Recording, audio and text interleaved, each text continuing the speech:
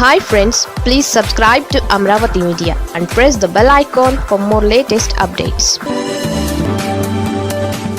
జగన్ కు ఓటమి అసలు ఊహించలేదు. KTR shocking comments. గత ఏడాది జరిగిన ఎన్నికల్లో వైసీపీ ఘోరంగా ఓడిపోయిన విషయం తెలిసిందే. ఈ ఎన్నికల్లో వైసీపీ కేవలం 11 స్థానాలకే పరిమితమైంది. ఎన్డీఏ కూటమి ఘన విజయం సాధించింది. వైసీపీని ఎదుర్కోవాలంటే సింగిల్ గా పోటీ చేస్తే కష్టమని భావించిన నేతలు కూటమిగా ఏర్పడ్డారు. టీడీపీ, జనసేన, బీజేపీ పార్టీలు కూటమిగా ఏర్పడి ఈ ఎన్నికల్లో పోటీ చేశాయి. కూటమి పార్టీలు 164 సీట్లలో విజయం సాధించాయి. ఇంతటి భారీ విజయాన్ని కూటమి నేతలు సైతం ఊహించలేకపోయారు. అంతేకాదు, ఈ ఘోర ఓటమిని వైసీపీ నేతలెవరూ కూడా జీర్ణించుకోలేకపోయారు. వైసీపీ ఓటమిని అధినేత జగన్ కూడా ఊహించలేదు. 2019 ఎన్నికల్లో 151 సీట్లతో ఏ రాజకీయ పార్టీకి సాధ్యం కాని రికార్డు విజయంతో అధికారంలోకి వచ్చిన వైసీపీ 2024 ఎన్నికల్లో కేవలం 11 స్థానాల్లో మాత్రమే విజయం సాధించి ప్రతిపక్ష హోదా కూడా సాధించలేకపోయారు. తాజాగా వైసీపీ ఓటమిపై తెలంగాణ మాజీ మంత్రి, బీఆర్ఎస్ వర్కింగ్ ప్రెసిడెంట్ కేటీఆర్ స్పందించారు. గత ఏడాది జరిగిన ఎన్నికల్లో వైసీపీ ఓడిపోవడం తనను ఆశ్చర్యానికి గురి చేసిందని ఆయన వ్యాఖ్యానించారు. ఢిల్లీలో మీడియాతో చిట్ చాట్ చేసిన కేటీఆర్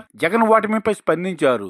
ఏపీలో జరిగిన ఎన్నికల్లో జగన్ ఓడిపోవడం తనకు ఆశ్చర్యం కలిగించిందని కేటీఆర్ తెలిపారు. ఓడిపోయిన 40% ఓట్లు సాధించడం మామూలు విషయం కాదన్నారు. ఈ ఎన్నికల్లో జనసేన అధినేత పవన్ కళ్యాణ్ కీలక పాత్ర పోషించారని కేటీఆర్ అభిప్రాయపడ్డారు.